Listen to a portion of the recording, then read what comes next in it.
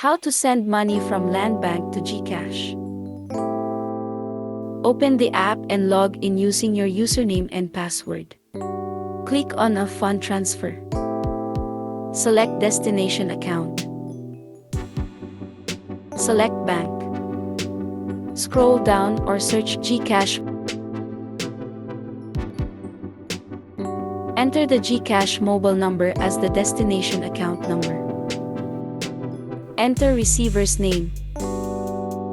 Enter receiver's mobile number. Enter receiver's email or your email. This is optional, for documents only. Then click Proceed.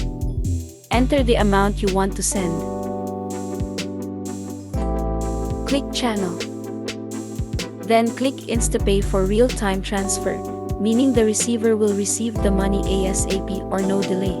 Take note, there is a fee of 15 pesos for sending money from Landbank to GCash via InstaPay. Click Transfer now.